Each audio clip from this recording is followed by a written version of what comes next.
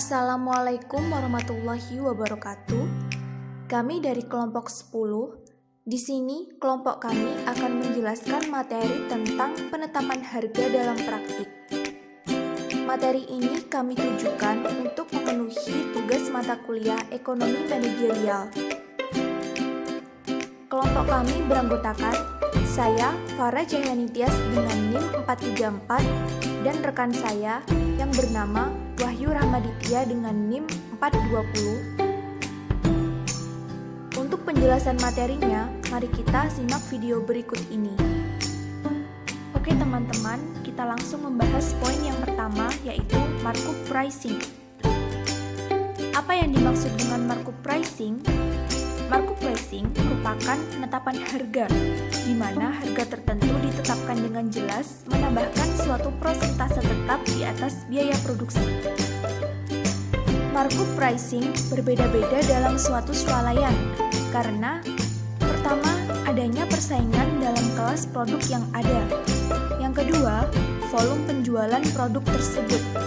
Yang ketiga, risiko yang terjadi dalam menjual masing-masing produk.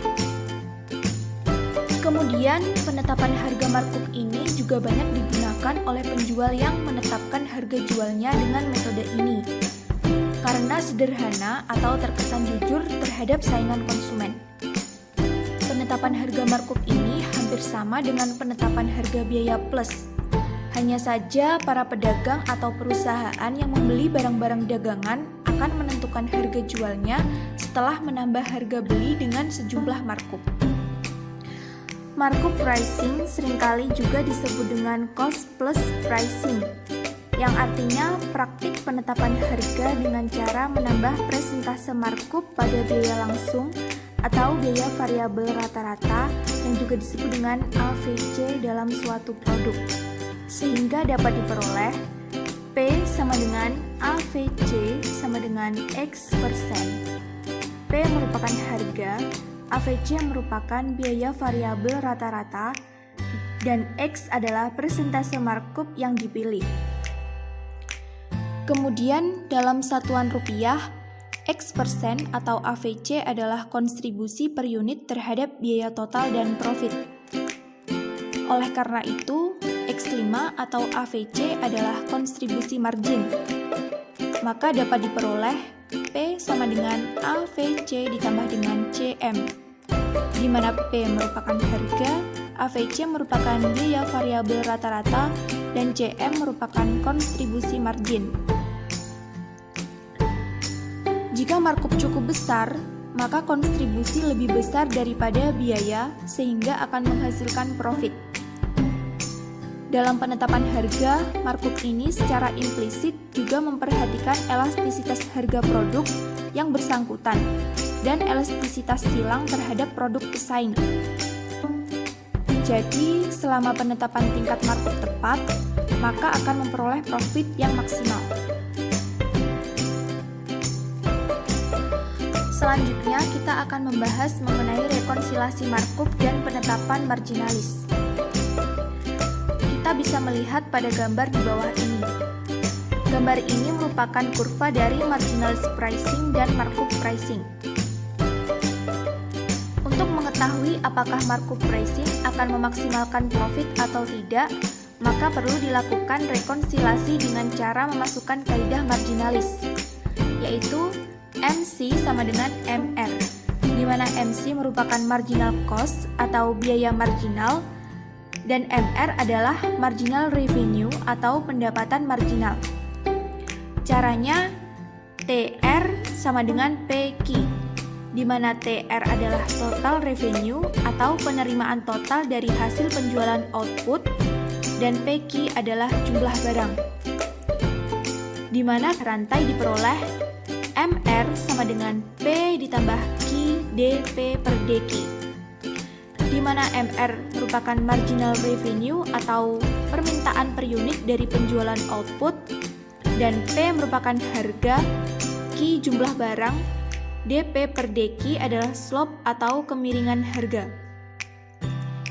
Kemudian DP per DQ dikalikan dengan P per P sehingga diperoleh MR sama dengan P ditambah Q P per P dikalikan dengan DP per DQ. Kemudian, penetapan harga markup sebagai alat koordinasi. Dalam hal ini, digunakan asumsi Conseil Sperlings seperti dalam pasar oligopoli. Tiap perusahaan lain menaikkan harga produknya ke tingkat proporsi markup yang mendekati perubahan biaya. Pada umumnya, kebijakan markup dilakukan untuk memaksimalkan profit, memaksimalkan penjualan, atau membatasi pendatang baru atau new entrants. Besarnya markup ini ditentukan oleh pemimpin harga di pasar atau berdasarkan Conseils. Tingkat markup tersebut besarnya umumnya tidak sama persis untuk tiap-tiap perusahaan yang bersaing. Untuk selanjutnya yaitu penetapan harga dalam pasar mapan. Tingkat harga umum yang terjadi di pasaran mapan adalah tingkat yang memenuhi tujuan harga tertinggi atau tujuan perusahaan-perusahaan tersebut secara umum. Penetapan harga dalam pasar yang mapan dapat dilakukan dengan cara yang pertama, price positioning, yaitu harga suatu produk ditetapkan sama, lebih rendah atau lebih tinggi daripada harga pesaing yang sangat tergantung pada ada atau tidaknya atribut yang diinginkan konsumen pada produk tertentu. Lalu untuk yang kedua, strategi harga produk lain. Pendekatan ini memilih markup berdasarkan estimasi elastisitas harga permintaan yang secara implisit mengasumsikan bahwa permintaan akan setiap item pada lini produk tidak tergantung permintaan setiap item lain dalam lini produk itu. Lalu untuk yang ketiga, penentuan harga untuk menduga kualitas. Penentuan harga sebuah produk yang lebih tinggi akan meyakinkan konsumen bahwa item itu berkualitas lebih tinggi dan menyebabkan penjualan serta laba lebih besar dibanding apabila produk itu dijual dengan harga yang lebih rendah. Lalu untuk yang keempat, penentuan harga produk dalam satu paket. Pembundelan produk adalah praktik penjualan satu atau lebih produk secara bersama-sama sebagai satu paket dengan harga tunggal. Penjualan secara paket akan meningkatkan laba yang ditempuh dengan cara menaikkan harga setiap produk apabila dijual terpisah dan menawarkan bundelan sebagai suatu paket dengan satu harga yang lebih rendah dari harga jual masing-masing komponen dalam bundelan tersebut. Selanjutnya, ada beberapa faktor yang menyebabkan suatu perusahaan harus selalu meninjau kembali strategi penetapan harga produk-produknya yang sudah ada di pasar. Di antaranya adalah yang pertama, adanya perubahan dalam lingkungan pasar. Misalnya, pesaing besar menurunkan harga. Yang kedua, adanya pergeseran permintaan. Misalnya, terjadinya perubahan selera konsumen. Lalu dalam melakukan peninjauan kembali penerapan harga yang telah dilakukan, perusahaan mempunyai 3 alternatif strategi, yaitu yang pertama, mempertahankan harga. Strategi ini dilaksanakan dengan tujuan mempertahankan posisi dalam pasar dan untuk meningkatkan citra yang baik di masyarakat. Yang kedua, menurunkan harga. Strategi ini sulit untuk dilaksanakan karena perusahaan harus memiliki kemampuan finansial yang besar. Sementara konsekuensi yang harus ditanggung, perusahaan menerima margin laba dengan tingkat yang kecil. Ada 3 alasan atau penyebab perusahaan harus menurunkan harga produk yang sudah mapan. Yang pertama, strategi defensif, di mana perusahaan memotong harga guna menghadapi persaingan yang semakin ketat.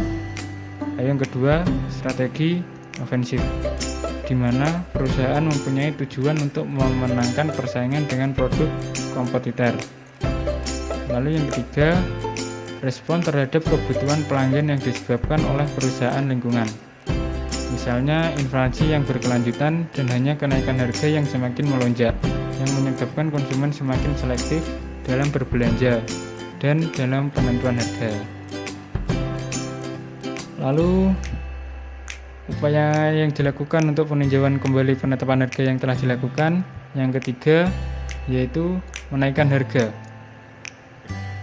suatu perusahaan melakukan kebijakan menaikkan harga dengan tujuan untuk mempertahankan profitabilitas dalam periode inflasi dan untuk melakukan segmentasi pasar tertentu. Nah, itu tadi merupakan penjelasan dari kelompok kami.